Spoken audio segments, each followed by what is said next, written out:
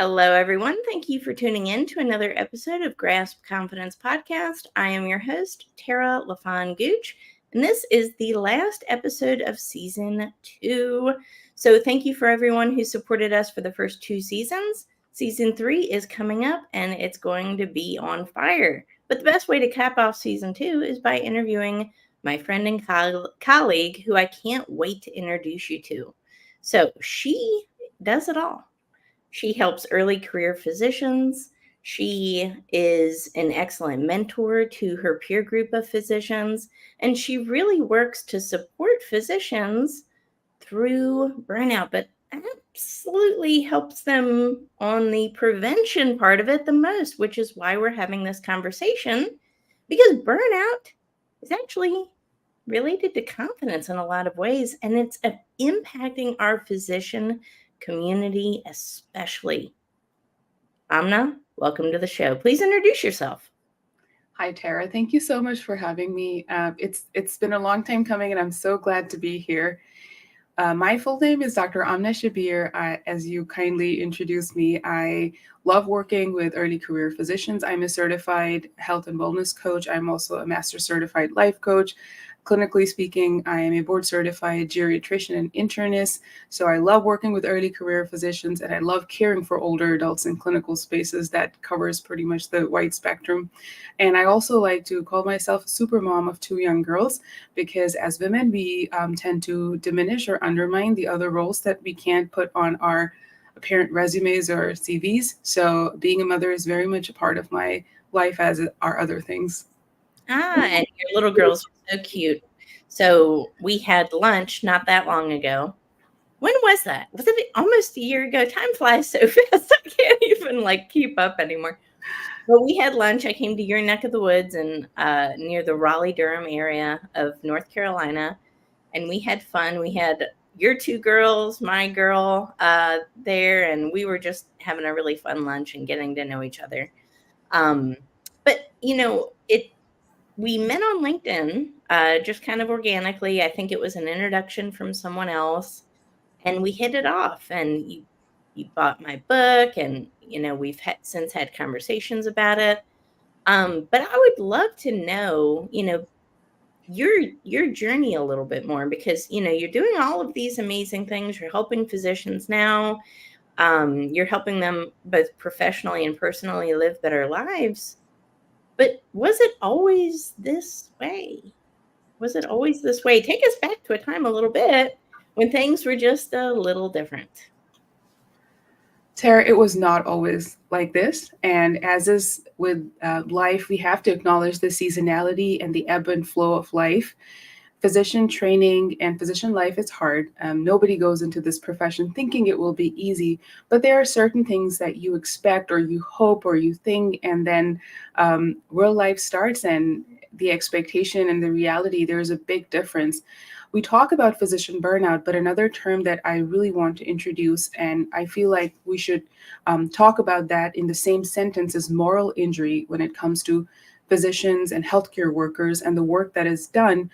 Moral injury was initially studied in Vietnam War veterans when they had symptoms that sort of fell in the criteria for PTSD, but not really. Mm-hmm. And we talk about moral injury in healthcare workers is basically you standing on the sidelines and not being able to provide the care that you want to your patients, and then when that really ties your hands, that you can't give them the care that they deserve and you absolutely have been trained to provide but cannot, due to a variety of reasons, starting from insurance limitations to other system issues or logistical issues, that starts to create insults and then ultimately leads to moral injury. So when I graduated from medical training, when I finished my residency, which was in internal medicine, I started working full-time as a primary care physician in a large hospital system, traditional healthcare that is present all over the US. I wouldn't say I was in a very unique situation. The system is not cut out to support primary care physicians. The work that primary care physicians do in one day is the equivalent of maybe more than multiple hours. And we all know that we all get the same 24 hours in a day. So as an early career physician, burnout started moral injury started, I was filling out all the paperwork so that my patients could get those medications that they absolutely deserved and needed, and that was the best quality of care. But due to limitations, could not. And then you would have to go back and forth trying to get medications approved, the prior authorization process. And that was just like, I'm giving two small examples here, but there's so much more. And in the first couple of months, I felt both burnout and moral injury set in. And as South Asian woman, trained and raised to act as a perfectionist, and I am a recovering perfectionist right now. I did not want to first acknowledge to myself that this was happening, and I definitely do not want to acknowledge to the other people. And as an early career physician, when you start your job, you also want everybody to respect you, to take you seriously. So you really don't want to let anybody know if you are tired and struggling. And when I say struggling, it wasn't what to do clinically, because when you get done with training, all the medical knowledge is perfect. It's everything else. I couldn't magically create more hours in the day. I had to work within what was provided, and it was exhausting and depleting. And so all the hallmark signs of burnout started setting in. And fast forward, before the pandemic, I was pretty crisp from burnout, even before the pandemic started. And during this time, I also had my second child. I struggled with postpartum depression. All in all, it was just not a good time. And then when the pandemic happened, everything was multiplied tenfold. I have some other physical health challenges come up too.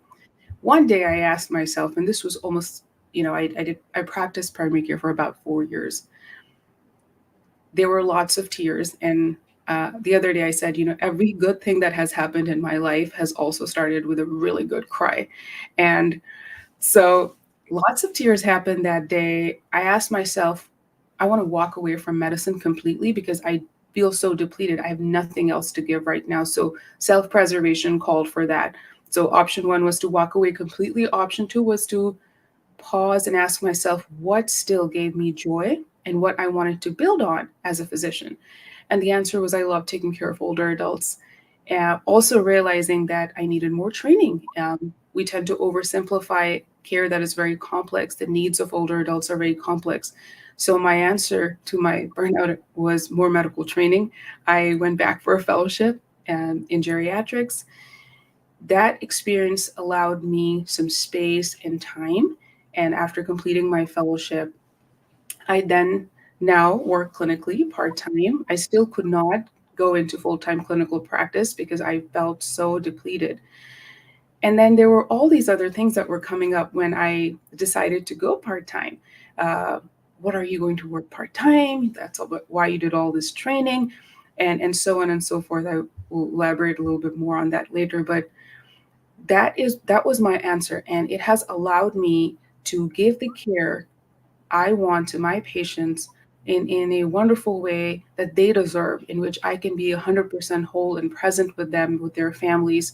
So that is wonderful. And the other aspect of this was when I started as an early career physician, things that were missing, things that were lacking is what I wanted to help other early career physicians with. So I formed the Early Career Physicians Institute, and I also have my own coaching practice, which is surrounded in specific to helping early career physicians thrive, but also at large, providing support to other healthcare workers. And we need more of these conversations. This was, in a nutshell, my journey. Wow, incredible. I picked up on something. You were already burning out before COVID. I am so sorry. And I can only imagine what that could feel like to already feel like you're succumbing to burnout, which probably involves depression, anxiety, all of these things, right? And then you get hit with a whammy like that nobody saw coming. And then you're dealing with some postpartum issues after the birth of your daughter. This doesn't sound like your body had any opportunity, your body or mind or spirit for that matter, had an opportunity to heal during this. Tara, I liked how you separately mentioned those entities that, form a human, really, because we Yep. don't break that down. I never stopped to think the toll all of this was taking on my physical health. I never stopped to think the toll it was taking on my mental health or my family life or just my existence as a human, because we're not trained to do that. We just have to keep going.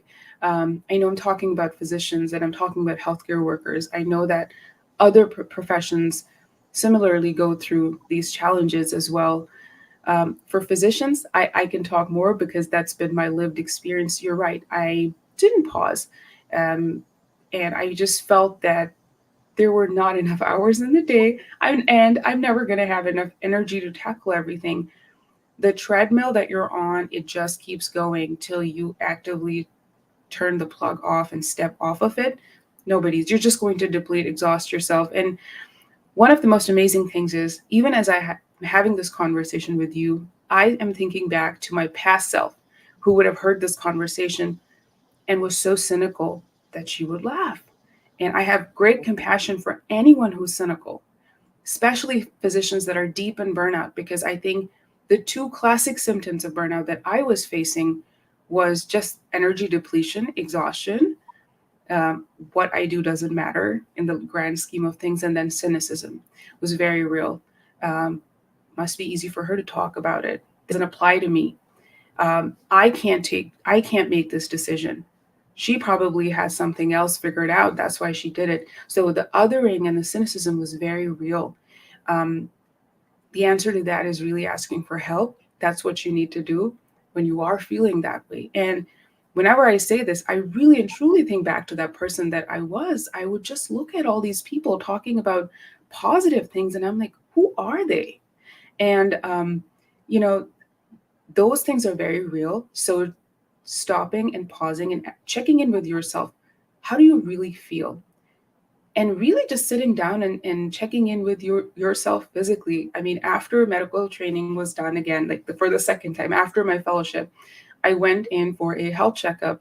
Um, I was, I mean, I when I say health checkup, that is like me really dumbing this down, honestly, because I had to see multiple specialists. There was a lot going on, and it was all physical manifestations of stress to the point this year I am afraid of dentists.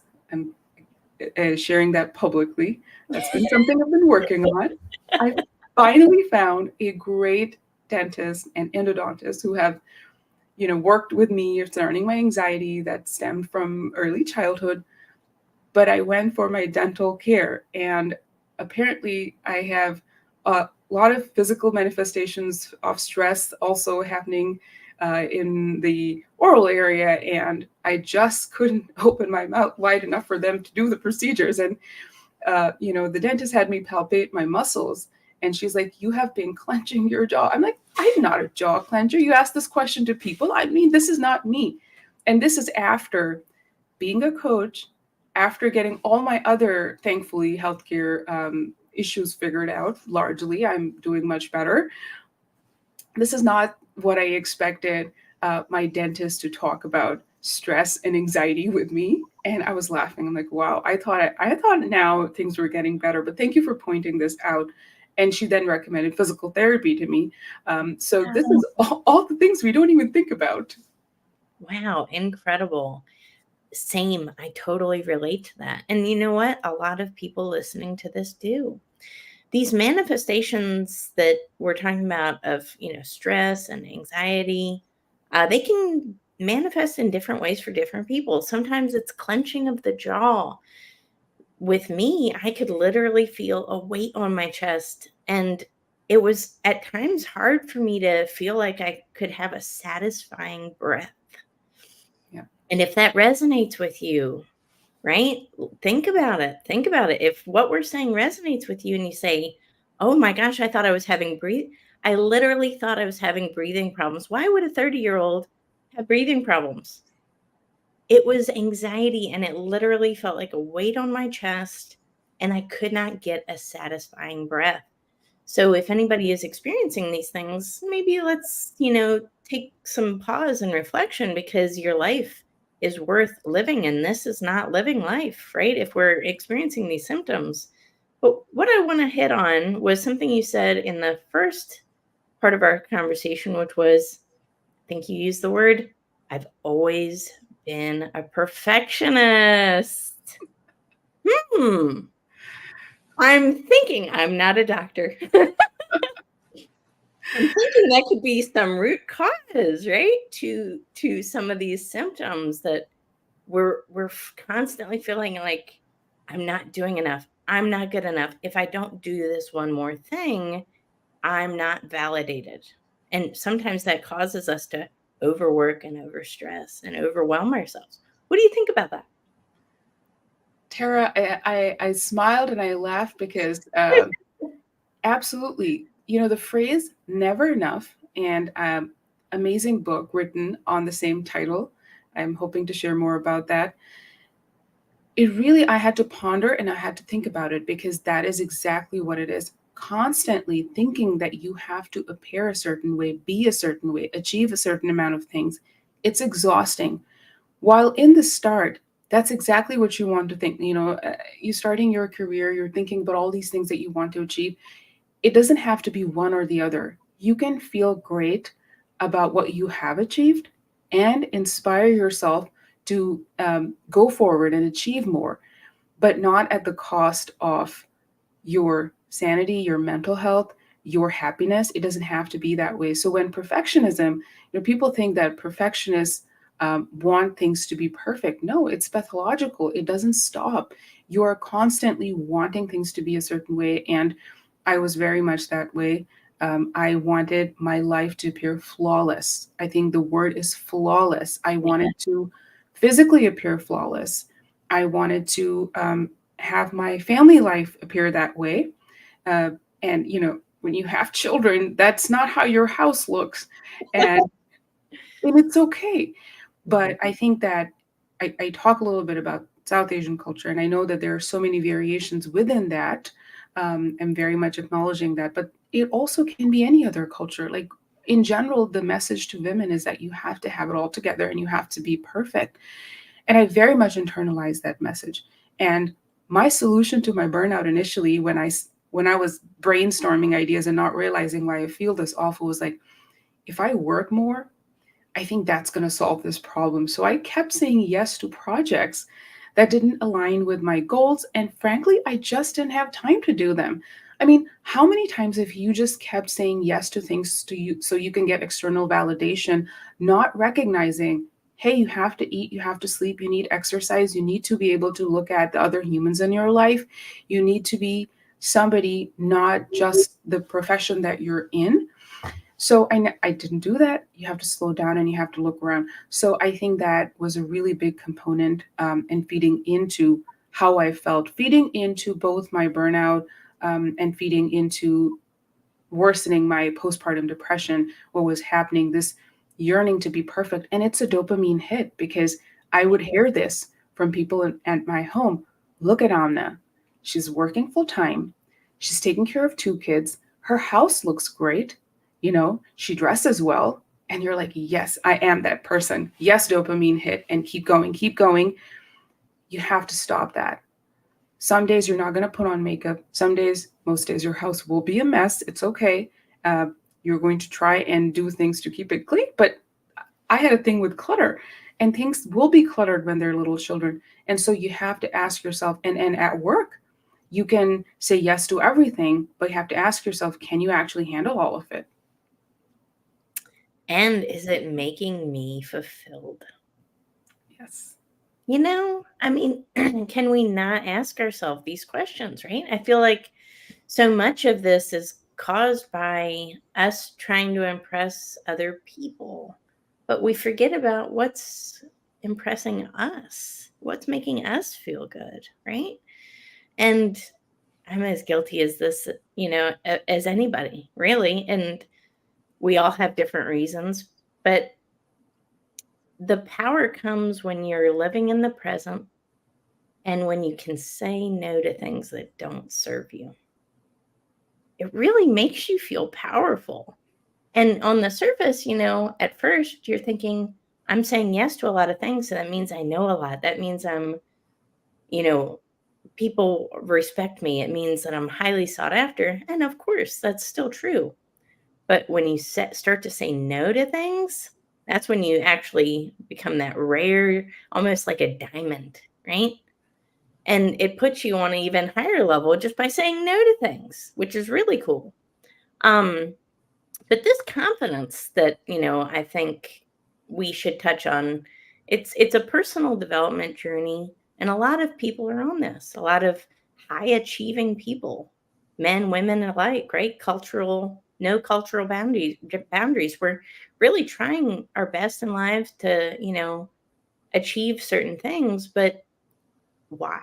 What is the why, right? And I think going back to the why and finding that alignment with self is going to be key in order for us to, feel fulfilled. But it is a curious thing though. I'm this some people, they, have perfection tendencies, but I do think it's brought back by a foundation of a lack of confidence to a certain extent, right? That feeling like we have to prove ourselves more and do more and constantly achieve something.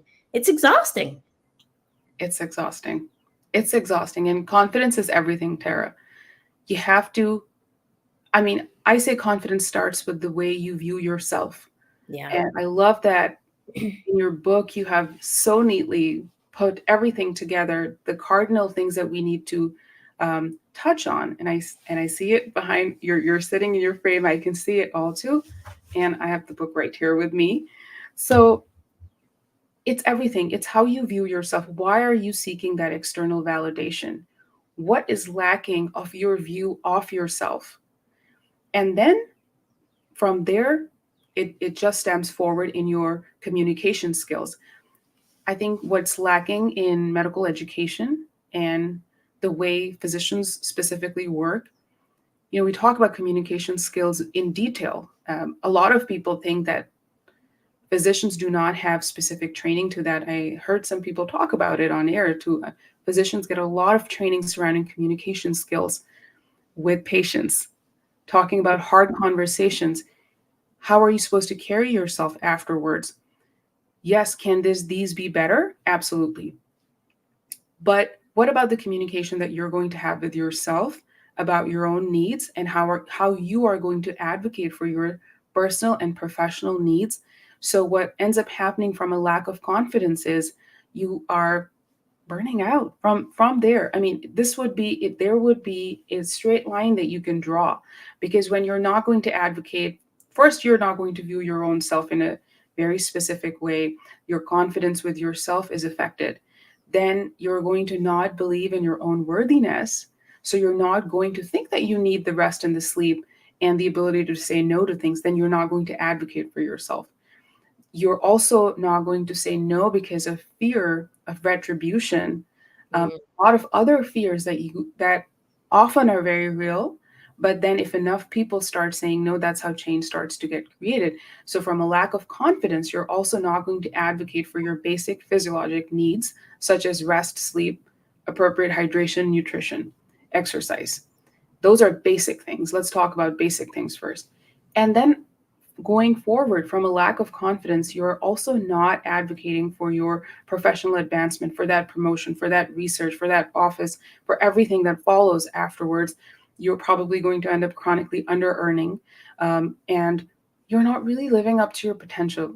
Really, that question, what are you going to do with this one amazing, wonderful life that you have? A lack of confidence is affecting that. And then a lot of times it's not just what's happening within the clinical walls of your hospital or your clinic setting or wherever you're practicing, but also at home. If yeah. you are in a partnership relationship with another physician spouse, how are you showing up? With a non-physician spouse, how are you showing up? How are you showing up with a lack of confidence in every other relationship that you have with a human? I think that confidence building is a core skill which all physicians should have very specific training on. Yes. Oh my gosh, so true. And it impacts our careers, but also our, relationships, as you said, and then our finances. There's a really good famous quote Carnegie Institute of Technology, they say that 85% of our financial success is due to our interpersonal skills, our ability to communicate, negotiate, and lead. 15% of our financial success, folks, is technical knowledge. Wow. So if we think about this communication, like you're talking about, how we communicate with ourselves. And you know what? To tell you the truth, we don't talk about that a lot, right? There's a lot of leadership training out there that talks about and discusses how to talk to other people, but not a lot that say how to talk to ourselves. And you know what? It starts with ourselves. Because in order for us to lead a team of many, and a lot of physicians are doing just that, we first have to learn how to lead a team of one. What do you think about that? Oh, I completely agree, Tara. Your day starts with you getting up and dressing yourself and doing all your morning routine before you go in. And then you start your patient care as a physician, and then all the other leadership activities that you're going to do, and other people, like your morning routine. If you stand in front of the mirror in the morning and you can't look at the mirror, in some cases, I've been there. And at other times, you don't have time to look in the mirror, because I've Yeah. also been there. And you don't want to look in the mirror. You can't advocate for the reflection that you see of yourself in the mirror. How are you then going to go and lead other people? How are you then going to go and literally care for other humans from pouring from an empty cup? When you do not have the confidence, the ability to have that level of security within yourself, everything else after that is going to be frail and fragile. It's not going to be strong. It's not going to be grounded. Being grounded and confident in your own worthiness, so that you're not constantly putting that in the air and focusing objectively. I mean, this all sounds really like it feels good, but also objectively speaking, how can you have an interaction with another human with clarity when you're not even clear about who you are to begin with? Ooh, that's a mic drop moment right there. How can we have positive interactions with other people? We don't have one with ourselves. So I challenge everybody listening, whether you're a physician or not, right? Because a lot of the people that listen to this show, they're entrepreneurs and executives, and they hear this from their perspective as well, because we're all going through this. But I challenge everyone listening to really reflect on these things that we talked about today. Some of the things that we discussed were signs and symptoms of burnout. Are we being overly cynical? Are we saying yes to a lot of things that don't serve us? And ultimately, how does it make us feel? But then, how are we talking to ourselves? What conversations are we having with ourselves? Because we all have them. And are they positive or negative? Are they ruminating thoughts that are detrimental, or are they positive, growth expanding thoughts that lead to potential? These are some of the things I want us all to think about, because we're all human. We're all subjective to this to some degree because of societal pressures and other things. So let's use some time to explore these self concepts and just identify these areas. But what would you say if you could give our listeners just one good piece of advice? Let's say somebody's listening to this and they did resonate with something, and maybe they didn't even realize it was there before you and I started talking about this. What could they do today? What's one step they could do in the right direction to start helping themselves a little bit? The first step I would say is, if any of this resonated with you, please talk to a trusted human. Ask for help. Is this person your friend, a family member, a mentor, a coach, a peer, your counselor, anyone, any human? Because if you're having if you're thinking and feeling a certain way, answering the questions of these conversations with yourself and having that internal dialogue sometimes is very challenging and difficult. But talking to somebody you trust, who will hold safe space for you, will be the first step in the right direction. Asking for help is that. And I also want to preface this one thing um, is confidence is not arrogance. There's a really big, wide chasm between that. I know a lot of very compassionate and empathic humans feel that way, that by being confident, they might be becoming arrogant. And please know that things are different. Confidence is rooted in your worthiness. And so today, if any of this resonated with you and you need, please seek help. I also want to lastly just give a quick disclaimer to Tara. Anything that we talked about, this was not medical advice. So if you're having any other symptoms, please seek help from your healthcare provider. That's very important as well. Yes, absolutely. Thank you so much for that. And I completely agree. Confidence is not arrogance. It's all about your authenticity, being your authentic self. That is the furthest thing from arrogance, folks. So, thank you so much for imparting your wisdom on us today. My friend Amna, I so appreciate you. And thank you for everyone who tuned in. Guys, this show is not possible without your support. So, please leave a review, share this with your networks. Let us know who are your favorite guests and if you want them back on the show for another round, because we're doing that. But thank you so much for everyone who tuned in today. We will catch you all on the next episode. Take care.